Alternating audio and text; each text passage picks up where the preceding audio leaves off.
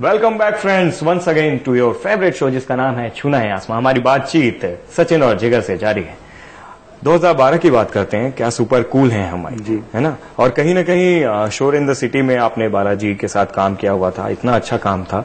लेकिन इस फिल्म की जब बात आती है तो थोड़ी सी कंट्रोवर्सी की भी बात होती है, खटपट की भी बात आई क्रिएटिव डिफरेंस को लेकर बालाजी वालों से आपकी, उसके बारे में कुछ बताइए। दरअसल एकता दीदी ने तो हमको मतलब जब शोर इन द सिटी का म्यूजिक सक्सेसफुल हुआ तब एकता दीदी ने हमको बुलाया और बहुत प्यार दिया। और वो आशीष ऐसी पर्सनालिटी है ना, जब वो प्यार करती है तो खुल के मतलब, तो उन्होंने हमको बहुत सराहा और हमसे कहा कि देखिए guys this is another film और मैं चाहती हूँ कि जो जिस किस्म का म्यूजिक आप करते हो मुझे लगता है कि जो उनके डायरेक्टर थे उसका भी नाम सचिन था, तो उन्होंने कहा कि हो सकता है कि आपका सचिन से तालमेल हो। और जब हम सचिन भाई से मिले तो मुझे नहीं लगता है 5 या 6 मिनट से भी ज्यादा हमको लगे होंगे टू ब्रेक आइस, और बहुत मजा आया हमको। हमने मिलते ही इनफैक्ट हम लोग जिस दिन मिले आई रिमेम्बर कि वो रागिनी एमएमएस की या कोई एक पार्टी थी, वहां हम मिले थे और हमने ब्रीफ सुनी और उसके बाद I think within a week हमारे पास दिल गार्डन गार्डन हो गया गाना था। वो गाना हमने सुनाया, सचिन जी को पसंद आया, एकता दी को पसंद आया, पूरी टीम को पसंद आया। फिर हम मूव हो गए नेक्स्ट सॉन्ग पे। हमने दूसरे गाने पे शुरुआत भी की काम की, पर फिर अनफॉर्चुनेटली मेरे घर पे कुछ प्रॉब्लम था। इसमें कोई कंट्रोवर्सी नहीं है, इट्स वेरी क्लियर। मेरे घर पे कोई मेजर प्रॉब्लम था, हमारे फैमिली इश्यूज थे, उसकी वजह से मैं टाइम नहीं दे पा रहा था। और सचिन अकेला कह रहा है कि मैं अकेला नहीं करना चाहता हूँ, या हम लोग साथ में ये सोच रहे हैं कि अकेले नहीं करेंगे। तो हमने फोन किया एकता दीदी को कि दीदी मेरे घर पे ऐसी प्रॉब्लम है, मैं जानता हूँ मैंने कॉन्ट्रैक्ट साइन कर दिया है, पर मैं आपसे परमिशन लेना चाहता हूँ कि इस फिल्म में मैं अपना टाइम नहीं दे पा रहा हूँ, मैं अपना बेस्ट नहीं कर पाऊंगा, तो मेरे करने का कोई मीनिंग नहीं है। She called us to the office और उन्होंने हमें प्यार से कहा कोई बात नहीं, हम अगली टाइम साथ में काम करेंगे। आई एम वेरी हैप्पी कि एटलीस्ट तुम लोग आके मुझे सच बोल गए। देखिए खुदा फिर साथ में था कि एक गाना ही किया, लेकिन वो गाना बहुत बहुत ही सराहा लोगों ने, बहुत ही रेडियो पे भी बहुत बजा जी। जब से तुझे है जाने हो गया मैं पानी पानी, दिल का भी सर्जन हो गया रे, दिल गार्डन गार्डन हो गया कि अमरावती में खो गया कि दिल गार्डन गार्डन। ओ माई गॉड आई, उसका गाना भी काफी हिट हुआ। और परेश रावल और अक्षय कुमार जैसे इतने बड़े स्टार्स के लिए काम करना कैसा एक्सपीरियंस था वो? जब ओ माई गॉड हमारे पास आई तब हम लोग एक्चुअली एबीसीडी का म्यूजिक कर रहे थे, तो उस पोजीशन में नहीं थे कि हम पूरी पिक्चर कर पाए। पर ये क्या है कि प्ले का एक अपना म्यूजिक था जो उस प्ले को आगे ले जाता था, उसका ये थीम सॉन्ग था। परेश भाई की मेन थीम पर बेस्ड हुआ था वो गाना, तो उसके कैरेक्टर को दर्शाता हुआ गाना था। तो हमने ये कहा, तो डायरेक्टर ने क्लियरली कहा कि ये गाना मतलब मेरे पूरी पिक्चर का बेस है, ये तुम लोग मुझे रिक्रिएट करके दे दो।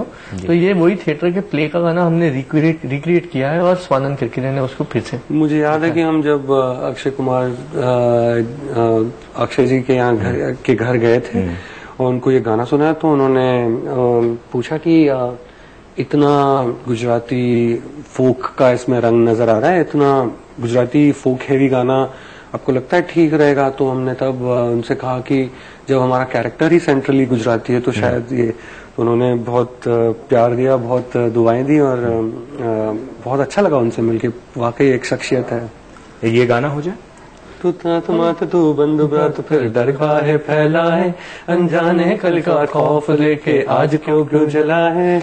एबीसीडी की बात करते हैं। पहले उसके इवोल्यूशन की बात आप बता चुके हैं कि कहाँ से उसकी उत्पत्ति हुई। पहली इंडिया की 3D डांस सेंट्रिक फिल्म, और उसमें सरोज खान, प्रभु देवा, रेमो, सब इतने बड़े बड़े लोग। कैसा एक्सपीरियंस था वो? सर हमने पिछले 1 साल में और कुछ नहीं किया, हम बस यही करते आ रहे हैं और ये हमारी ड्रीम फिल्म है और मतलब हमने इसको बहुत ही दिल के करीब है हमारे। रेमो सर का एक्चुअली कोई भी प्रोजेक्ट हमारे बड़े दिल के करीब है। और रेमो सर ने हमें पहली चीज ये बताई थी कि हम फालतू का म्यूजिक फिर नहीं कर पाएंगे, तो तुम लोग वो ट्राई भी नहीं करना कि हम दूसरा 4 बजे पार्टी भी बाकी बनाएंगे।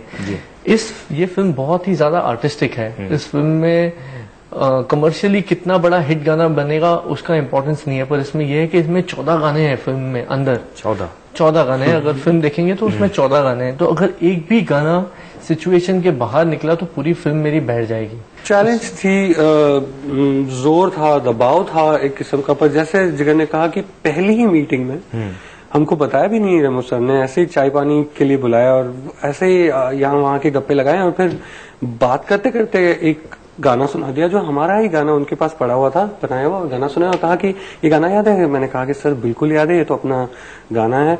तो उन्होंने कहा कि हाँ, तो सचिन जिगर ये अपनी अगली फिल्म ABCD का गाना है। तो मैं और जिगर एक दूसरे की तरफ देखे तो उन्होंने कहा कि मैंने तुमको साइन कर लिया है।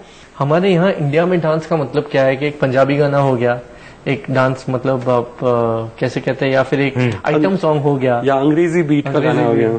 तो उन्होंने कहा कि अपनी फिल्म में, पूरी फिल्म में एक भी आइटम सॉन्ग नहीं होगा, एक भी पंजाबी गाना नहीं होगा, ये सीरियसली डांस फिल्म है जी। इसका म्यूजिक एक स्कोर जैसा होगा। तो तब हमें समझ में आया कि ये कोई मजाक नहीं हो रहा है या फिर ये कोई गिमिक नहीं हो रहा है, रियली कोई एक डांस फिल्म बन रही है जी।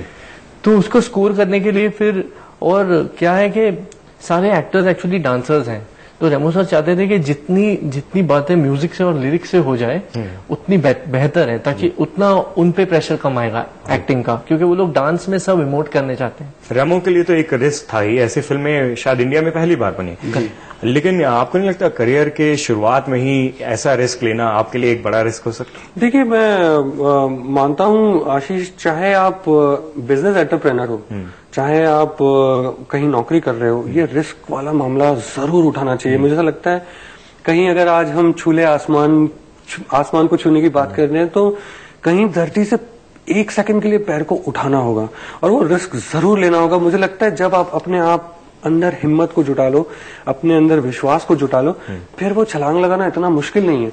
और ऐसा है कि जब हम ये सोच रहे थे कि एक्चुअली हमने सोचा भी नहीं, जब रेमो सर ने कहा डांस फिल्म, हम दोनों एक दूसरे का हाथ थाम के बोले कि करेंगे, पर एक शर्त पे कि ये 1 साल बाकी सब चीजें छोड़ देंगे। उन 14 गानों में से कोई एक पसंदीदा आपका कोई गाना हो जाए? बेजुबां कब से मैं रहा, बेगुनाह सहता मैं रहा, बेजुबां कब से मैं रहा, बेगुनाह सहता मैं रहा, मैं किस्सा हूँ तेरा ही तो मैं हिस्सा हूँ, मुझको ना करी जुदा। जयंता भाई की लव स्टोरी के भी गाने काफी हिट हुए जी। फिल्म फिर से बॉक्स ऑफिस बहुत अच्छा नहीं कर पाई हो, लेकिन गाने हिट हुए, कैसा लगता है? As makers, as creative people, हमारा हमेशा यही कोशिश रहेगी कि हम ऐसा कुछ काम कर जाए जो मतलब टिक जाए, जो लोगों के दिल तक पहुंचे। और अगर एक भी दिल ऐसा है जिसको जयंता भाई के किसी गाने ने छुआ है, तो मुझे लगता है हमारी कामयाबी है। आपका कौन सा गाना है उसमें? थोड़ा थोड़ा बेसबर है, बेखबर है, जो दिल है तेरा मेरा, हो जब से मैं तुझसे मिला हूँ, तभी से तो मैं खोया सा रहता हूँ, तभी से तो है तपिश ये ख्वाहिश ये खुमारी, पिया हमारे मेरा जिया जिया। लगातार आप लोग फिल्में कर रहे हैं, इतनी कम उम्र में सफलता का स्वाद चख के कैसा लग रहा है? सफलता क्या होती है या पॉपुलैरिटी और ये फेम क्या होती है, शायद आशीष, शायद अभी भी मैं और जिगर इससे थोड़ा सा हटकर हैं, क्योंकि हमारी फैमिलीज ने हमको बहुत प्यार दिया। हम जितने डायरेक्टर्स के साथ हमने काम किया वो भी हमारी फैमिली जैसे बन गए हैं। उनका प्यार पाना, प्रोडक्शन टीम का जो एक रिस्पॉन्स है वो पाना अपने आप में बहुत सेटिस्फैक्शन देता है। आई मी और मैं की बात करते हैं, जॉन अब्राहम की फिल्म, उसमें से कौन सा गाना आपको पसंद? जी, उसमें दरअसल हमने गाने कंपोज नहीं किए, वो प्री ओन्ड गाने थे टी सीरीज के, जो भूषण कुमार जी ने हमको कहा था कि हम अरेंज कर दीजिए इसको, तो हमने उन गानों को अरेंज किया। तो वो हमारे लिए ज्यादातर एक काम था जो भूषण जी को मतलब हमारे लिए बहुत इम्पोर्टेंट था कि भूषण जी के लिए हम वो काम करें। जी। और रमैया वस्ता भैया आ रही है, रमैया वस्ता भैया आ रही है, और उसके पहले जैसे इंडिया की पहली डांस फिल्म थी ABCD, उसी तरह इंडिया की पहली ज़ॉम्बी फिल्म आ रही है जिसका नाम है गो गोवा गॉन। तो आप सोच रहे होंगे कि ये ज़ॉम्बी क्या है, भूत पिशाच सुन चुके हैं हम, हॉरर फिल्मों के बारे में सुन चुके हैं। ज़ॉम्बी दरअसल एक नया किस्म का भूत है जो मैं कहूंगा कि थोड़ा सा कॉमेडी भूत है। उसके बाद आएगी रमैया वस्ता भैया जो प्रभु देवा ने डायरेक्ट की है जी, और उसके बाद आएगी हमारी यशराज वाली फिल्म जो हमारे लिए बहुत ही ज्यादा ड्रीम प्रोजेक्ट है। गाने भी गाते हैं, कंपोज भी करते हैं, और क्या कर सकते हैं, और क्या करना चाहते हैं? और आशीष हम कुछ नहीं कर सकते और ना हम करना चाहते हैं। सुनने में ये भी आया था, खबर आई थी कि फिल्म डायरेक्ट भी कर रहे हैं। नहीं बिल्कुल नहीं। सचिन, मैं आशीष मैं ये कहूंगा कि अगर आपको ये लगे कि आपने कुछ हासिल किया है या ऑडियंस ने किसी चीज को सराहा है, तो मुझे लगता है आपको उसकी रिस्पेक्ट करनी चाहिए। बातें काफी इंटरेस्टिंग हुई। अब खेला जाएगा आपके साथ रैपिड फायर राउंड। वो शुरू करें? जी करें। वो गाना जो आप सबसे ज्यादा गुनगुनाते हैं दोनों से। साइबो गुनगुनाएंगे? धीरे धीरे नैनों को धीरे धीरे, मिया को धीरे धीरे, भाइयों रे साइबो। क्या बात है। म्यूजिक डायरेक्टर न होते तो क्या होते? हाँ, चार्टर्ड अकाउंटेंट। आप? मैं कुछ नहीं होता। फेवरेट म्यूजिक डायरेक्टर कौन है आपका? मेरा फेवरेट म्यूजिक डायरेक्टर है विशाल भारद्वाज। आर.डी. बर्मन। किसी लड़की को अगर गाना गाकर प्रपोज करना हो तो आप दोनों कौन सा गाना गाएंगे? मैनू रब मिलया, मैनू सब मिलया, मैनू जब मिलया तेरा प्यार, के मैनू रब मिलया, मैनू सब मिलया, मैनू जब मिलया तेरा प्यार। आप लोगों का लाइफ जीने का फंडा क्या है? टेंशन लेने का नहीं, और हंसते रहने का हंसते रहने का, और म्यूजिक है ही हंसने हंसाने की के लिए बनाया हुआ चीज, तो म्यूजिक करते रहने का। क्या बात है। इसी तरीके से आप लोग अपने हार्ड वर्क से लोगों का दिल जीतते रहें, कमाल म्यूजिक आप बना ही रहे हैं और इसके आगे भी आप बनाते रहेंगे, यही उम्मीद करेंगे आपसे। और छूना है आसमां पर आने के लिए बहुत बहुत शुक्रिया आप दोनों का। Thank you. धन्यवाद। थैंक यू आशीष। दोस्तों, उम्मीद करते हैं कि बेहद ही टैलेंटेड और यंग म्यूजिक डायरेक्टर सचिन और जिगर से हमारी बातचीत आपको पसंद आई होगी। छूना है आसमां पर, और ऐसे ही किसी उभरते हुए सितारों से आपको मुलाकात करनी हो तो आप देखते रहिए छूना है आसमां।